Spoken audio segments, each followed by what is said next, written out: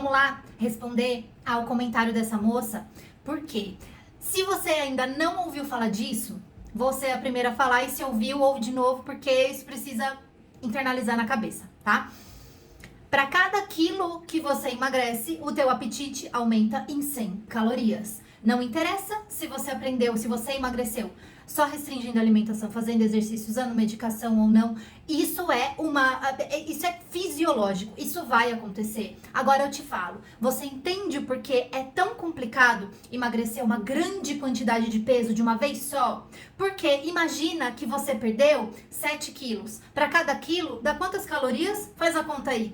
700, né? Imagina você ter esse tamanho de fome. Isso vai se manifestar como? Com um desejo intenso de, às vezes, comer coisas muito calóricas ou grandes quantidades. E se você não fica atento ou atenta a isso e tem um acompanhamento adequado pra gente manejar isso de uma outra forma, onde você vai continuar comendo, você aprende a não é dosar, mas a entender o tamanho das porções para que você não precise fazer restrições e tudo mais, para você conseguir lidar com isso para sua vida. Por que vocês acham que eu encho tantas paciências falando sobre legumes e verduras, sobre frutas? Porque você vai ter que aprender se você quer. Se você quer emagrecer de forma inteligente, você precisa dar um jeito de aprender a comer mais um volume maior de comida que tenha uma quantidade de calorias adequada. E você vai fazer isso como? Você não tem que ficar focando só em proteína, não. Você não tem que ficar focando em receitas fitness, não sei das quantas.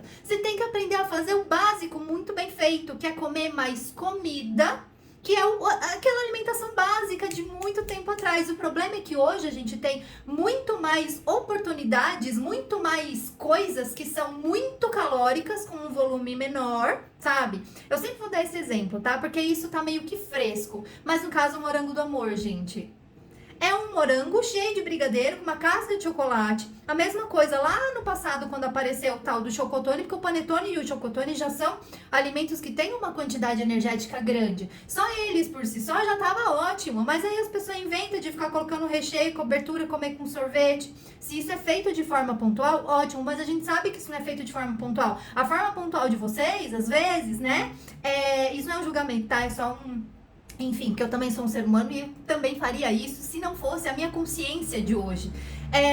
Entra no mês de dezembro ou começo de novembro, ou quando começa a ver panetone, entra no modo férias. E aí parece que todo dia não é só um pouco, não é só essa época, não é só isso, só isso. Isso que vocês têm que tomar cuidado. É esse tipo de pensamento que aparece, entende? Então, o segredo para realmente não voltar a engordar usando medicação, ou não, é você aprender realmente a comer melhor, a fazer as melhores escolhas. E não também precisar, não necessariamente você vai precisar abrir mão de coisas que você já come, mas você precisa aprender a comer e a seguir um plano muito estruturado, onde você faz o que tem que ser feito, que é aquela diretriz que você vai ter que seguir, e isso vai ter espaço, mas como exceções. O problema é que às vezes isso é a regra e vocês não enxergam que isso é a regra, porque vocês não têm uma referência adequada. Às vezes vocês seguem umas pessoas malucas, às vezes vocês pegam uns profissional bem raso, né, que não entende comportamento e nem nada, só sabe falar de plano alimentar e lista de substituição e de balanço de peso e caloria, né?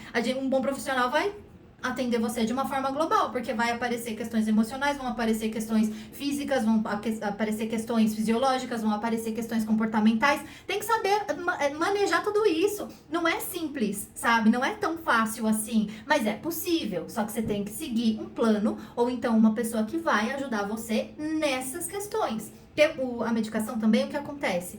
Ela vai acabar silenciando alguns pensamentos sabotadores, né? Esses pensamentos o tal do food noise que todo mundo fala. Só que, gente, não é só isso. Às vezes ela vai silenciar isso e você vai ver que você come, não é porque esses pensamentos, é por hábito. Você tá acostumado ou acostumada todo dia a comer e fazer aquela mesma coisa. Tá acostumado, às vezes, a pular, faltar em treino, não fazer tanto. Sabe, abandonar nos 5 últimos minutos? Nos 5 segundos depois, entendeu? São comportamentos que vocês precisam fazer de acompanhamento para se observar e ver, cara, eu me saboto aqui, eu me dou uma rasteira ali, entendeu?